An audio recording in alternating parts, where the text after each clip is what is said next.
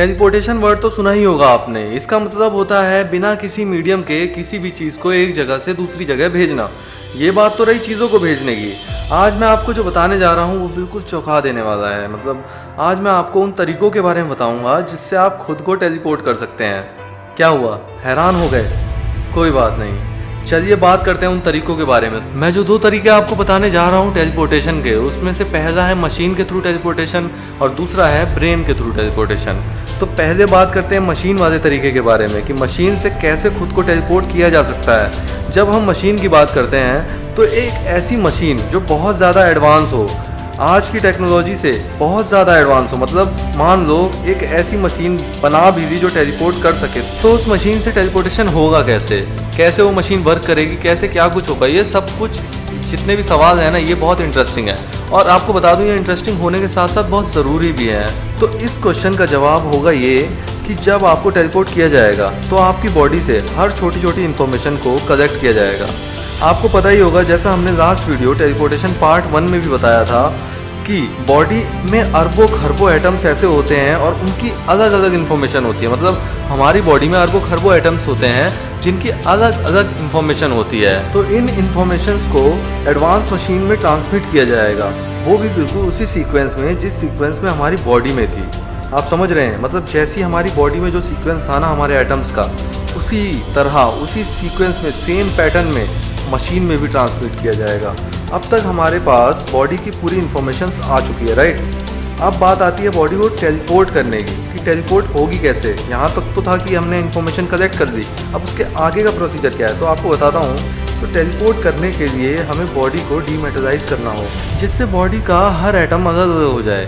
इस कंडीशन में आप इनविजिबल हो जाएंगे, मतलब आप गायब हो जाएंगे, क्योंकि बॉडी का हर एटम अलग अलग कर दिया गया है और एटम्स को नॉर्मल आइज से नहीं देखा जा सकता।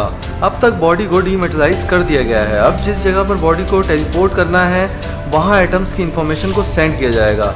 अब जो एटम्स की इन्फॉर्मेशन को सेंड किया गया है उस इन्फॉर्मेशन को मेटलाइज किया जाएगा।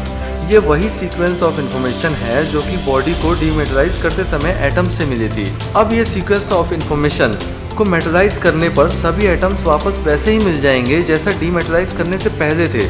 इसका मतलब यही हुआ कि वापस से ये एटम्स जुड़कर फिजिकली बॉडी बना देंगे और आप परफेक्टली टेलीपोर्ट हो जाएंगे। ये तो बात रही टेलीपोर्टेशन की, लेकिन अब बात करते हैं इसमें क्या क्या प्रॉब्लम्स आ सकती हैं। तो सबसे बड़ी प्रॉब्लम तो ये है कि अगर इन्फॉर्मेशन का सीक्वेंस ज़रा भी बिगड़ता है ना तो आप कभी भी टेलीपोर्ट ही नहीं हो पाओगे।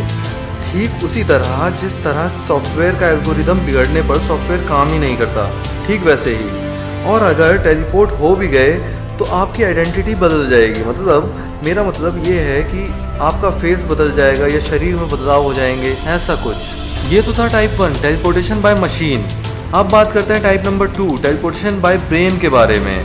तो आपको बता दूं, मेरे अकॉर्डिंग ब्रेन के थ्रू टेलीपोर्टेशन करना ज़्यादा सेफ है, क्योंकि मैंने आपको जैसा पहले बताया कि मशीन से टेलीपोर्ट करने के लिए ना हमें बॉडी के A to Z छोटी से छोटी डिटेल्स, हर एक एटम की डिटेल्स सीक्वेंस वाइज चाहिए होती है। बट ब्रेन के थ्रू टेलीपोर्टेशन में हम इन सभी चीज़ों की ज़रूरत ही नहीं पड़ती, क्योंकि जब से आपने जन्म लिया है ना तब से लेकर अभी तक ब्रेन छोटी से छोटी इन्फॉर्मेशन सेव करता रहता है। जैसे वो अच्छी सी स्मेल जो आपने बचपन में कहीं फील की होगी वो आज भी याद होगी आपको। कभी दोबारा वो स्मेल अगर सूंघने को मिल जाए तो तुरंत हमें बचपन का टाइम याद आ जाता है, राइट? तो देख रहे हैं कितना पावरफुल है हमारा ब्रेन। ब्रेन की पावर को अंडर एस्टिमेट करना ना ये बेवकूफ़ी है। जब आप ब्रेन के थ्रू टेलीपोर्टेशन करोगे तो ब्रेन बॉडी को डीमेटेलाइज होने के सिग्नल्स देगा और बॉडी का हर एटम अलग अलग होकर टेलीपोर्ट होना शुरू कर देगा। और अब आप सोच रहे होंगे कि जब बॉडी ही डीमेटेलाइज हो गई, सब एटम्स अलग अलग हो गए, तो इसका मतलब तो यही है ना कि दिमाग भी तो डीमेटेलाइज हुआ होगा, वो भी तो बॉडी का पार्ट ही है।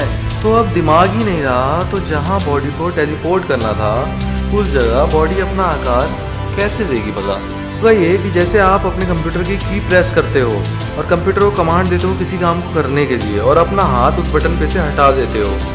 बटन को दबाया और हाथ हटा दिया, लेकिन कमांड आपकी इनिशिएट हो गई। मतलब आपका काम जो आपने दिया है कंप्यूटर को वो शुरू हो चुका है। हमने बटन दबाया और हाथ हटा दिया, उसमें जो टाइम खर्च हुआ है, उसमें जो टाइम लगा है वो मिली सेकेंड्स में, और हमें वो फील भी नहीं होता क्योंकि वो बहुत ही ज़्यादा कम समय है।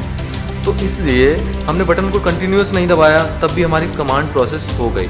ठीक इसी तरह ब्रेन हमारी बॉडी को डीमेटलाइज से लेकर मेटलाइज होने तक के लिए सिग्नल्स देता है, और वो सिग्नल्स सेम सीक्वेंस या पैटर्न पर काम करते हैं, जिससे कि टेलीपोर्टेशन हो जाता है। आपको ये सब सुनकर, ये सब जानकर ऐसा लग रहा होगा कि क्या सच में दिमाग इतना पावरफुल है?